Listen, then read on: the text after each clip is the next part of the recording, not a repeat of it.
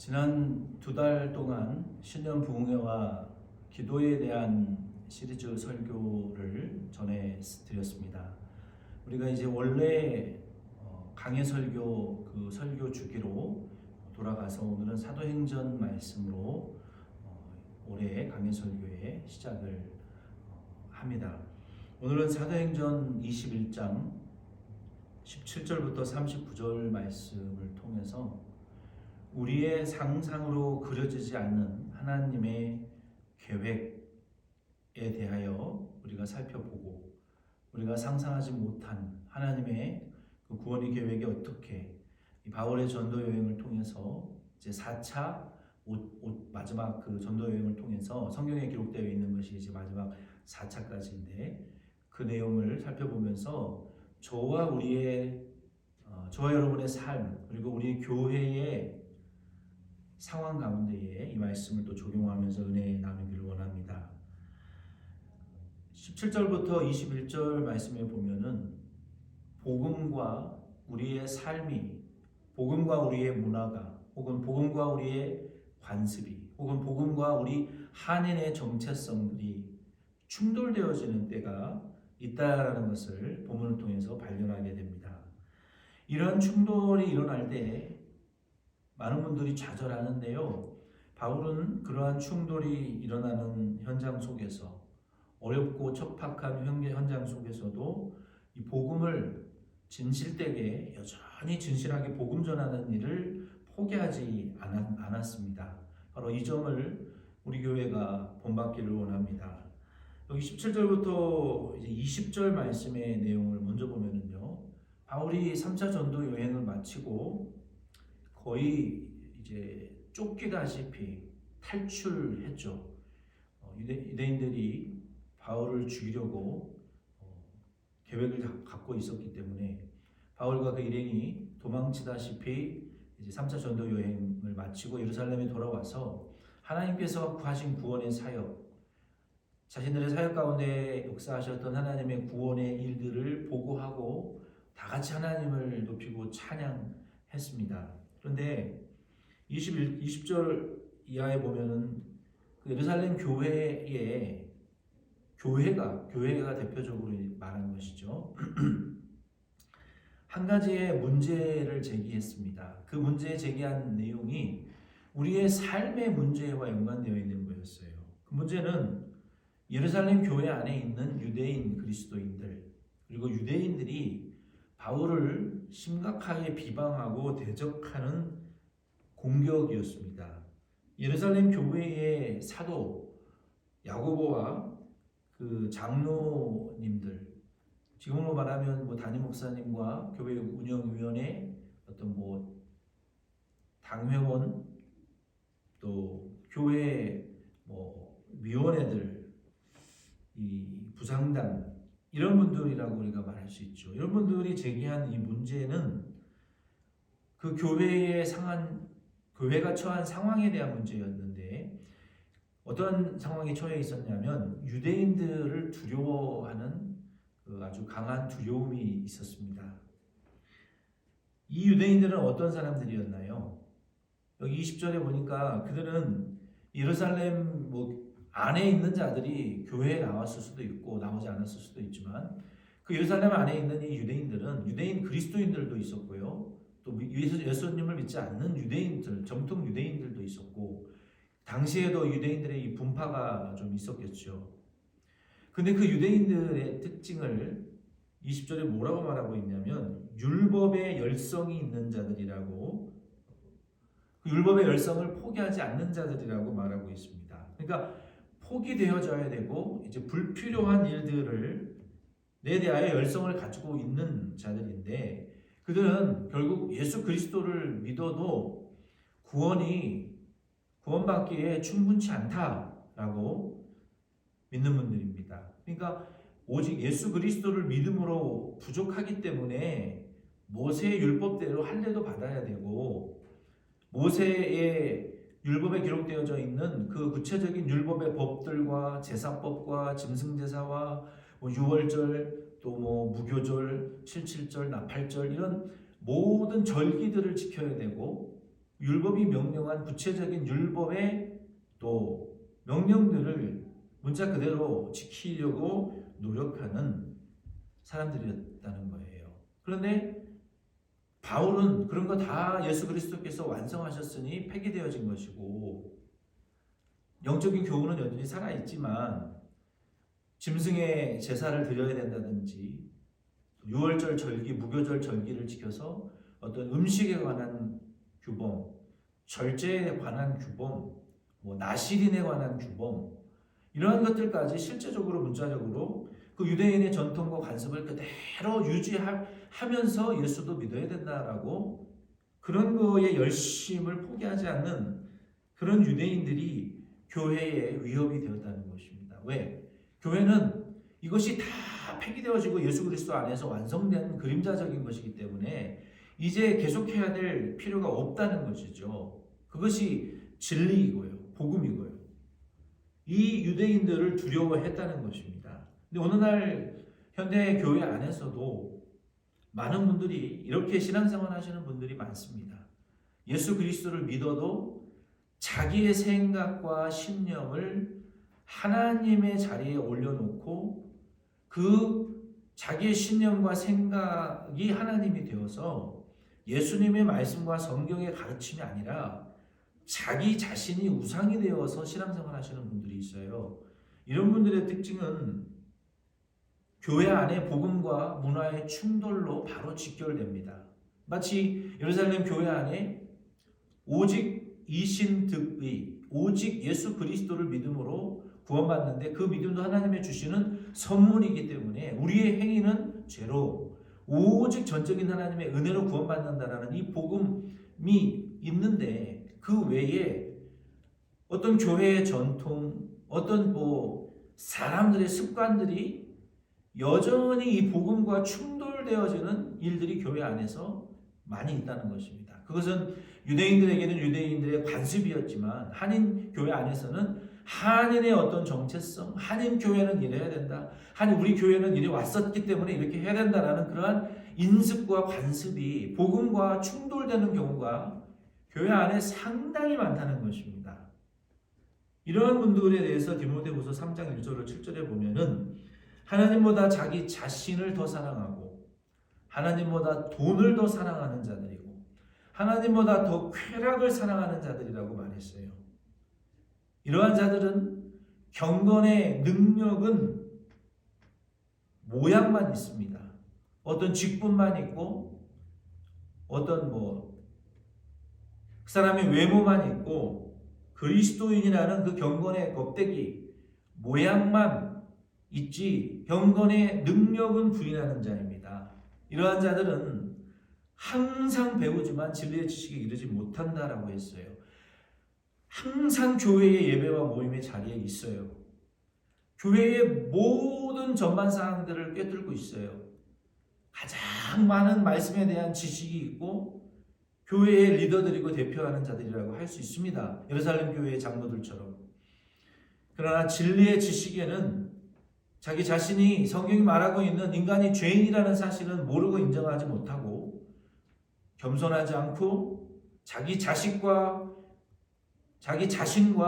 경건의 자기의 모양이나 직분이 자기의 생각과 사상이 하나님의 자리에 올려져 있는 성경과 예수님의 진정한 복음을 따르는 것이 아니라 그러한 관습과 전통과 껍데기와 경건의 모양과 항상 진리를 배우지만 진리의 그 지식, 진리의 주시는 복음의 자유와 은혜, 그 은혜의 법에는 이르지 못하는 자들이라고 성경은 말하고 있어요. 오늘 우리 교회도 이와 같이 복음과 우리의 문화와 현실이 충돌되어질 때 우리는 어떻게 해야 될까요? 21절로 26절 말씀에 보면 우리가 예수 그리스도를 믿은 후에도 이렇게 복음을 방해하고 무너뜨리는 우리의 인간의 문화와 관습들을 과감하게 제거해 버릴 수 있어야 됩니다. 21절로 26절 말씀에 보니까 이 예루살렘 교회의 사도 야고보는 가만히 있었어요. 그리고 그 교회의 장로들이 예수님을 믿는다고 하면서도 더 이상 해야 될 필요가 없는 일을 사도 바울에게 제안을 했습니다. 그 이유는 무엇이라고 말씀을 드렸습니까? 유대인들에 대한 두려움이죠. 그 유대인 그리스도인들에 대한 의식을, 눈치를 보았다라고 할 수밖에 없습니다.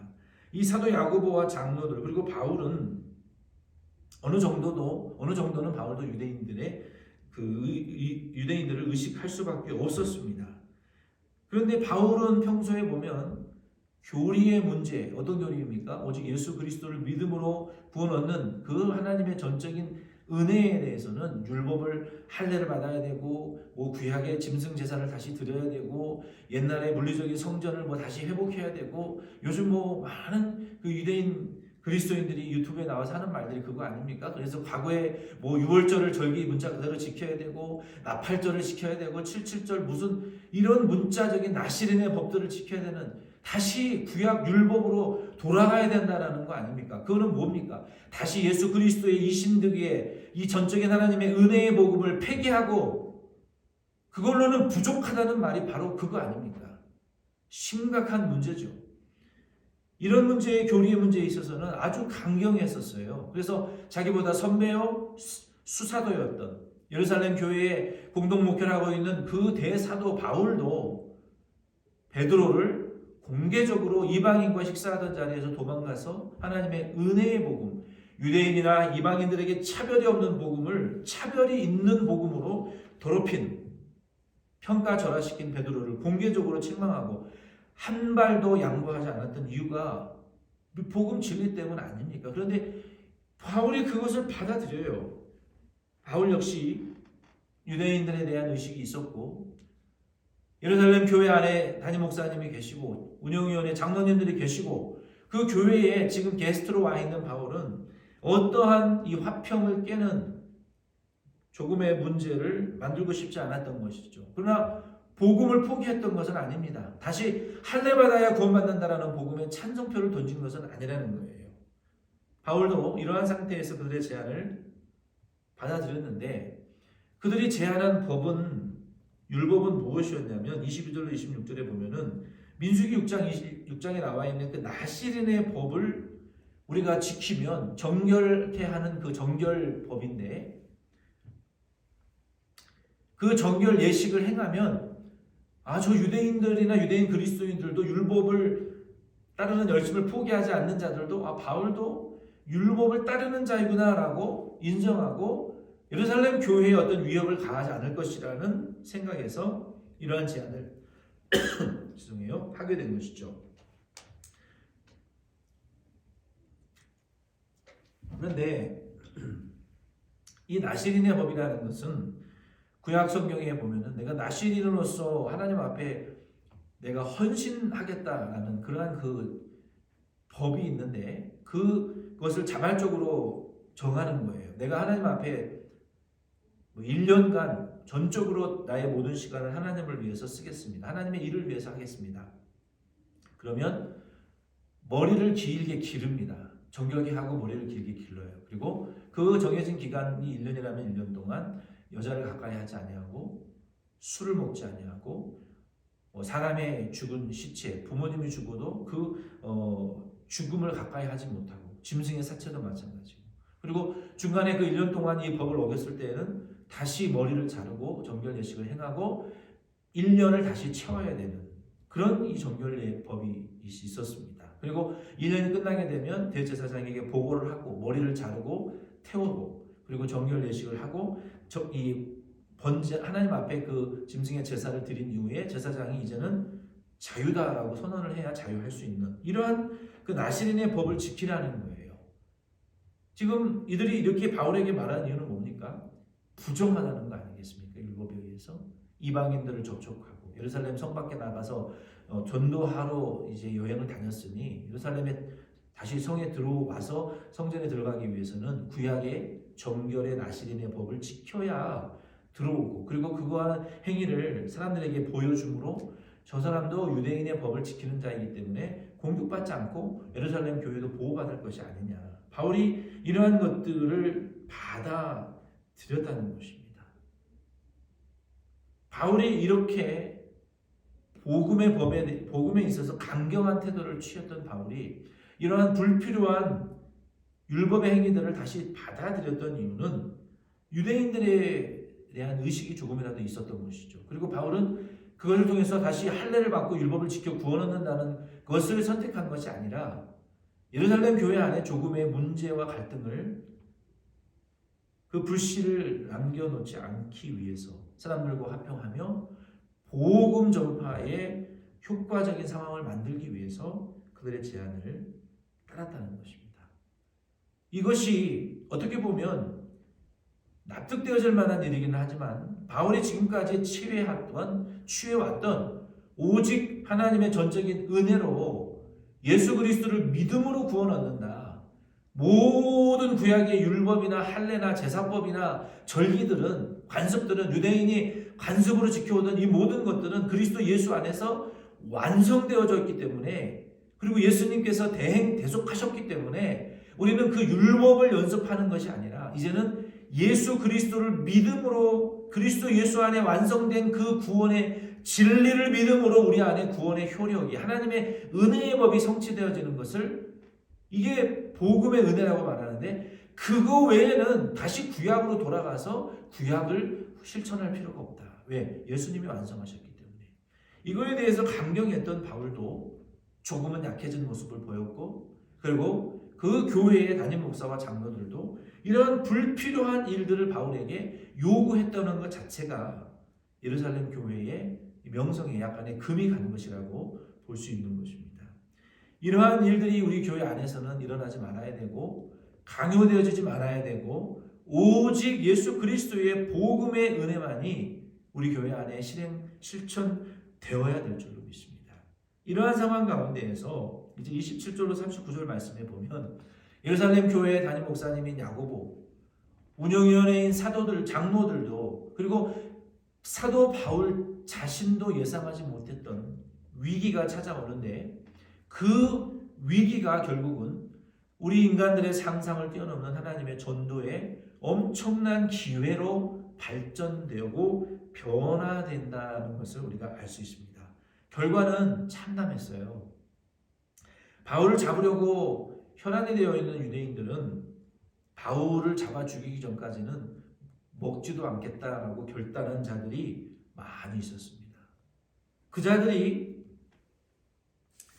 일어나가지고 이후에 보면은 그 40명이나 되는 유대인들의 리더들이 우리가 바울을 잡아서 죽이기 전까지는 아무 일도 하지 않을 것이다 라고 결단한 자들이 23장 13절에 보면은 40명이나 되었어요. 그들은 그 유대인 공동체의 리더들입니다. 40명의 리더들이 옆 아래에 있는 제자들과 그들이 속한 문파와 공동체들의 전체 지역 공동체들에게 영향을 미치는, 예루살렘 전체에 영향을 미치는 자들이죠. 이러한 자들이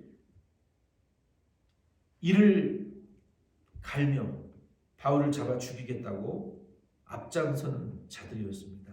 그러한 자들에게 바울이 붙잡혔으니 얼마나 폭행을 당했겠어요.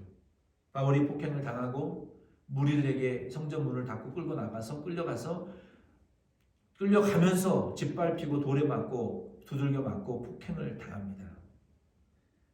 이러한 상황이 당시 로마에서 파견을 받았던 천부장에게 보고가 되어지고, 만약에 이 사태가 번지게 되면 예루살렘 전체에 이 큰 소요가 일어나게 되고 바울이 죽게 되면 그 지역을 다스리는 책임을 맡은 천부장이 엄청난 책임을 충당하기 때문에 그 천부장의 군대를 파견해서 바울을 데려오게 합니다. 이미 심한 폭행에 반쯤 죽은 상태로, 그리고 자기 발로 걷지 못할 정도로 두들겨 맞고 폭행을 당한 바울을 건져내고 쇠사슬로 결박해서 그 법정에 끌고 갔습니다. 정신을 차리고 바울은 천부장에게 내가 당신에게 말할 수 있느냐, 헬라어로 말했겠죠. 헬라어에 능통했기 때문에.